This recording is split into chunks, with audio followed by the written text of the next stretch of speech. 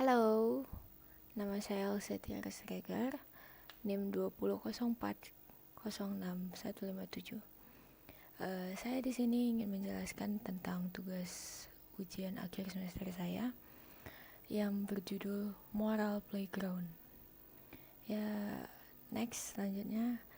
Jadi Moral Playground ini berlokasi di Kota Medan, tepatnya di Jalan Putri Hijau di samping kantor Samsat Kota Medan, ya, di tanah kosong samping Samsat itu. Lalu next, saya mengangkat moral playground ini berdasarkan isu dan permasalahan yang sedang terjadi saat ini di Indonesia.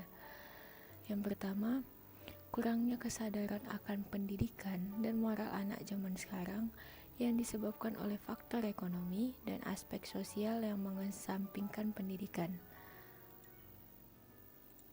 Lalu yang kedua, untuk itu terciptalah sebuah gagasan atau ide tentang taman kanak-kanak yang menyenangkan dan hemat biaya untuk mengedepankan fungsi sosial bahwa setiap golongan masyarakat layak untuk mendapatkan fasilitas pendidikan.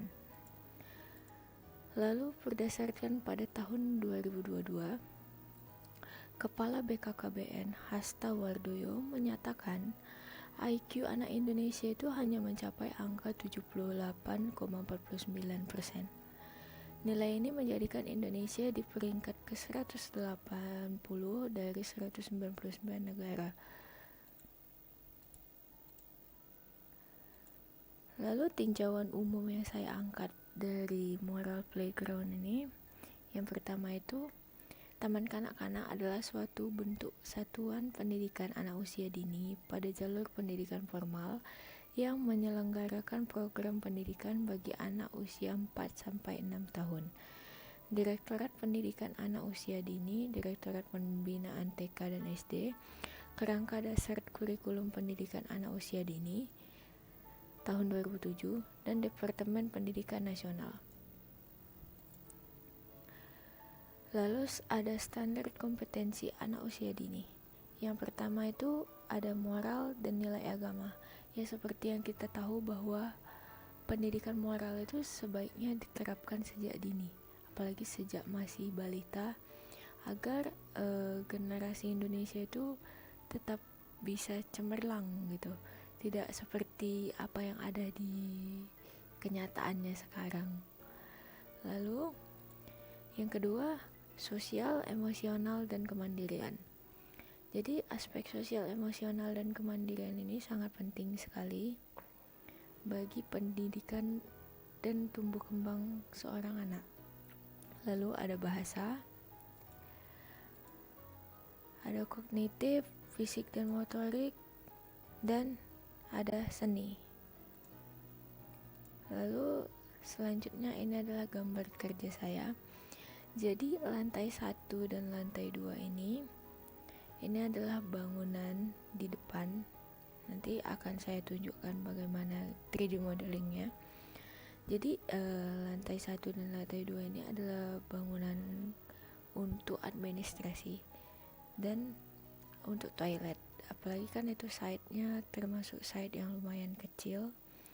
Jadi gedung kelas dan gedung administrasi itu sebaiknya dipisahkan agar tidak mengganggu kerja anak-anak dan tidak mengganggu anak-anak bermain.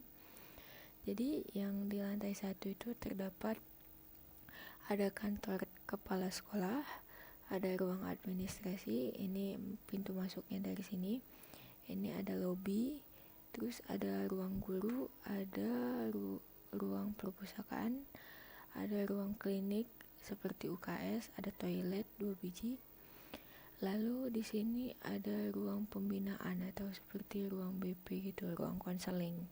Nah, ini ada tangga dan di tengah-tengahnya ini terdapat rem buat anak-anak yang disabilitas atau yang tidak bisa berjalan, yang memakai kursi roda. Lalu di lantai 2-nya ini terdapat ruang bermain yang itu ruang bermainnya itu sifatnya itu indoor di dalam ruangan. Lalu di sini juga ada hall, lalu di sini ada aula untuk berkumpul para orang tua, rapat dan lain-lain. Lalu di sini itu ada seperti ruang makan siang dan ada dapurnya. Dan di sudut sini itu ada musola dan di lantai 2 juga ada toilet. Untuk tangga sama seperti lantai 1 ada remnya juga. Jadi ramah untuk anak yang disabilitas. Lalu yang setengah lingkaran ini adalah ruang kelasnya. Jadi saya menerapkan di sini ruang kelas seperti amphitheater. Jadi ada tingkat 1, tingkat 2 dan tingkat 3. Nah, di tengah-tengah ini ada tangga buat naik ke tingkat 2 dan 3. Lalu di samping tangga ini di lantai 1 yang di tingkat 1 ini ada rem tipis untuk anak-anak yang kursi roda bisa naik ke tingkat pertama agar lebih aman juga, lebih safety, nggak sampai ke tingkat atas takutnya jatuh dan lain-lain. Lalu ini adalah ini dia gedung administratifnya yang di bagian depan. Lalu ini tampak samping dari bangunannya. Dapat dilihat di sini ada mainan anak-anak, mainan anak TK.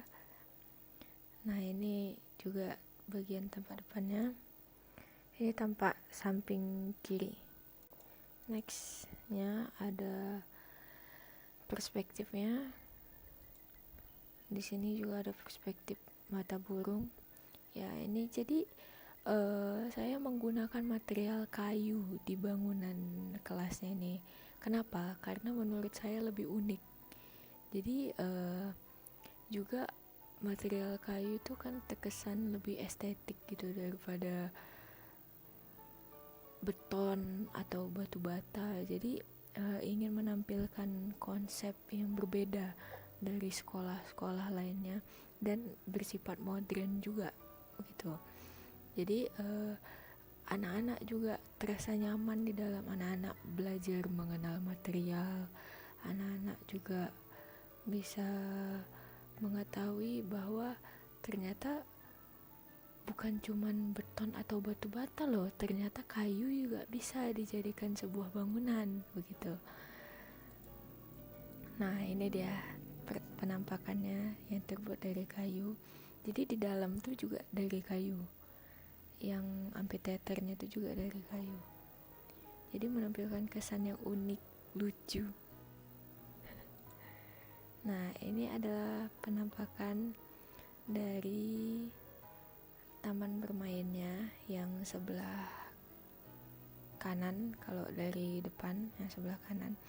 Jadi di sini ada beberapa permainan anak-anak. Di sini ada perosotan.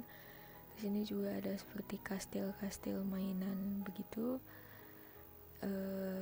Ini juga lokasinya sangat luas ya, dan jaraknya juga tidak terlalu dekat, jadi meminimalisir adanya kecelakaan yang terjadi pada saat anak-anak bermain.